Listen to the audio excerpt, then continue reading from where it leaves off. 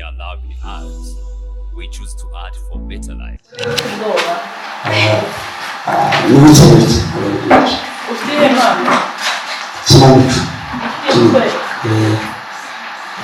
Ndumva niba abandi biteguye bareba akakwereka ntabwo ugomba kurenza iminota itanu.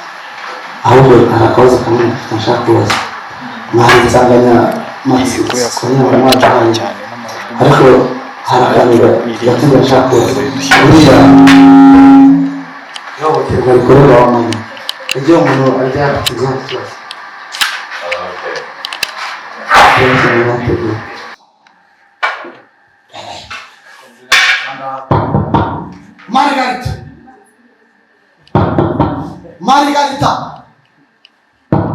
Margarita wakamwe cyatu mavumbo ngo kabame mugabo mwiza wakagawe muri sigabo Margarita uri myosiki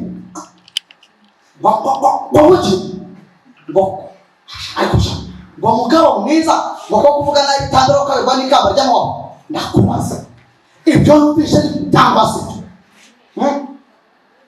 nibyo sibyo ntabwo urabuze ko cyangwa wacomotse nibyo nibyo wasobanura ute uburyo uzabucuruza agatabo mu rugo rw'umugabo nkanjye amarira umwaye simutunze wari wasonzeho ngo ni ukwihangira imirimo umva ugomba kwicara hano ukarera abana kandi ukagenda ku mategeko yanjye nk'umugabo uranyumva neza niba utabishoboye.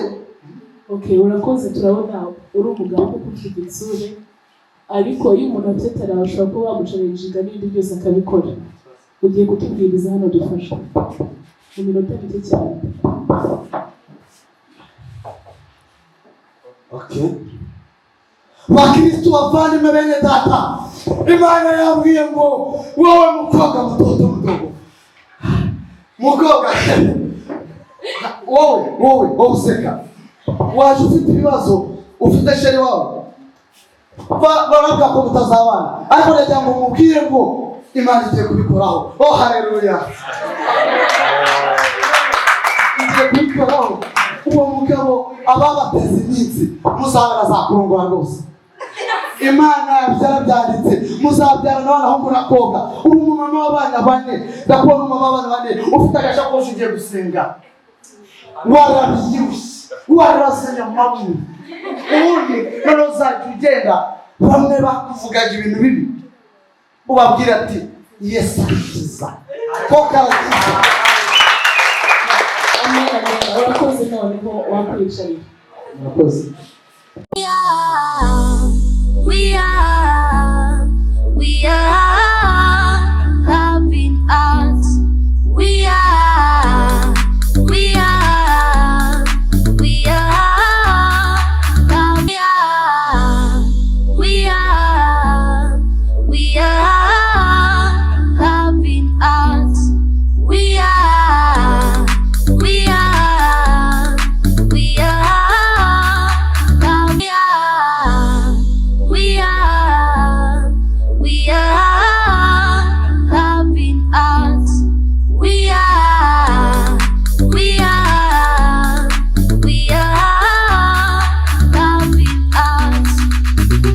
We art for a better life.